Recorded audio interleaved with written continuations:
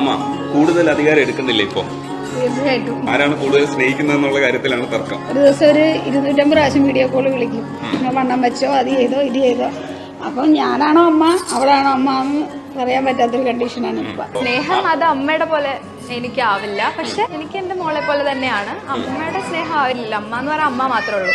അതങ്ങനെയാണ്. കാര്യം വളരെ പോസിറ്റീവായിട്ട് എന്തിനേയും എടുക്കുന്ന ഒരാളാണ്. അത് സന്തോഷമായിട്ടുള്ള ഏറ്റെടുത്തപ്പോൾ എനിക്കും വളരെ സന്തോഷം. ഇപ്പോൾ വരെ എത്തിച്ചത് ഇതിൻ്റെ എല്ലാത്തിലും അവളാണ്. എൻ്റെയും മോളുടെ ചെക്കപ്പിന് വേണ്ടി ലേഷോറിൽ പോകുമ്പോൾ ഗൈനക്കോളജിയുടെ HOD അപ്പോൾ എന്നോട് ചോദിച്ചു, BBC ചാനലിലൊക്കെ ഉള്ള ആളല്ലേ എന്ന് ചോദിച്ചു. എൻ്റെ അടുക്കയിൽ കഴിഞ്ഞ ദിവസം 19 വയസ്സുള്ള ഇളയ കുട്ടി അവർ അബോഷനാക്കാൻ വേണ്ടി വന്നു. ഞാൻ ദീപ്തിയുടെ വീഡിയോ അവർക്ക് കാണിച്ചു കൊടുത്തു. ഞാനിപ്പോൾ ഇവിടെ വരുന്ന പേഷ്യൻസിനൊക്കെ നിങ്ങളുടെ വീഡിയോ കാണിച്ചു കൊടുക്കുന്നുണ്ട്. അത് വലിയൊരു ഇൻസ്പിറേഷനാണ്.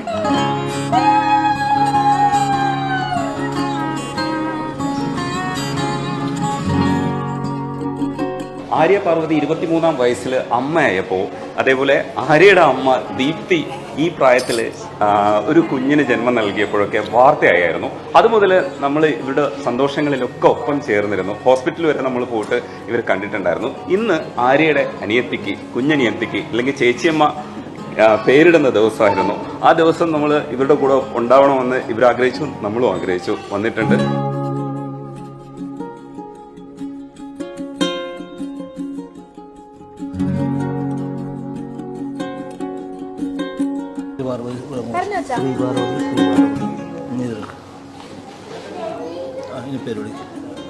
ആദിപാർവതി ആദിപാർവതി ആദിപാർവതി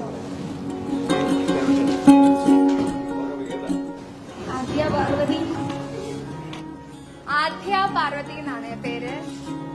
ആര്യ,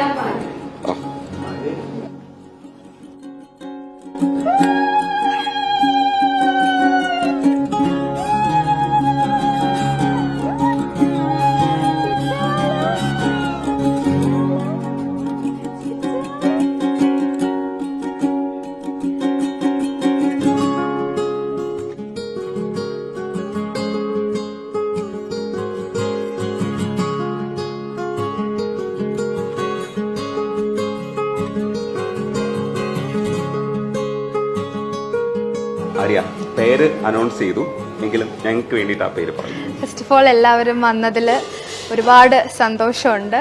വാവയുടെ പേര് ആദ്യ പാർവതി എന്നാണ്. ആദ്യ പാർവതി എന്ന പേര് ആര്യ പാർവതിയുടെ പേരിനൊപ്പം നിൽക്കുന്ന പേര് മാച്ചായി നിന്നോട്ടെ എന്ന് വിചാരിച്ചിട്ട് മാച്ച് ആദ്യ പാർവതി എന്ന് ഇട്ടതാണ്. ആരായിട്ട പേര് ഞാനായിട്ട്. അമ്മ കൂടുതൽ അധികാരം എടുക്കുന്നില്ല ഇപ്പൊ? തീർച്ചയായിട്ടും. തീർച്ചയായിട്ടും. അതാണ് ഇപ്പൊ ഇവിടുത്തെ ഒരു ചെറിയ പ്രശ്നം. ആരാണ്